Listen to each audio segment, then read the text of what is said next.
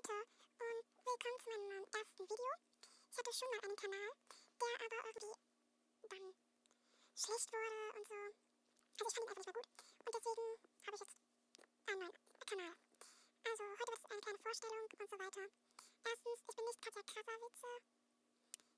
Ja. Es war halt eine Wahrheit- oder Pflichtaufgabe, mir einen Account mit diesem Namen zu machen und ihn dann auch zu behalten. Ja. Gut. Also wie gesagt, das MSP, das wird ja wahrscheinlich... Oh nein, Mann. Ich hab's ausgefragt. Also, ich war auch sehr gern VIP, aber geht nun mal nicht. Naja, also bis jetzt kann ich noch alle Freunde annehmen, werde ich auch machen. Aber ich weiß nicht, wie lange es noch reicht, bis ich erst Level 11 bin. Und ja. So, wie gesagt, auf MSP heiße ich Katja Krasavice MSP. Auf Skype heiße ich Bella Muller. Fragt mich nicht, wie ich auf diesen Namen gekommen bin. Ziemlich hohl. Ja, aber heute erstmal was zu MSP. Könnt mir gern schreiben oder eine FA schicken. Ich würde mich sehr darüber freuen.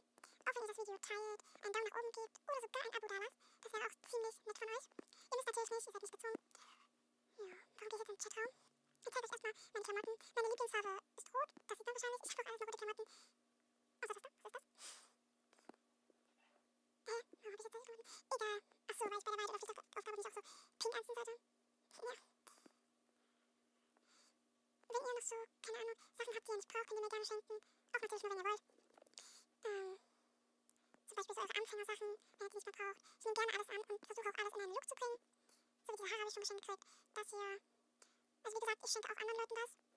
Wenn sie mir sehr sympathisch rüberkommen. Oder ich mache wahrscheinlich als nächstes Video ein Wunscherfüllungsvideo. Und wenn ihr einen Wunsch habt bei MSP, schreibt mir den in die Kommentare, ob jetzt ein WLG oder ein AG.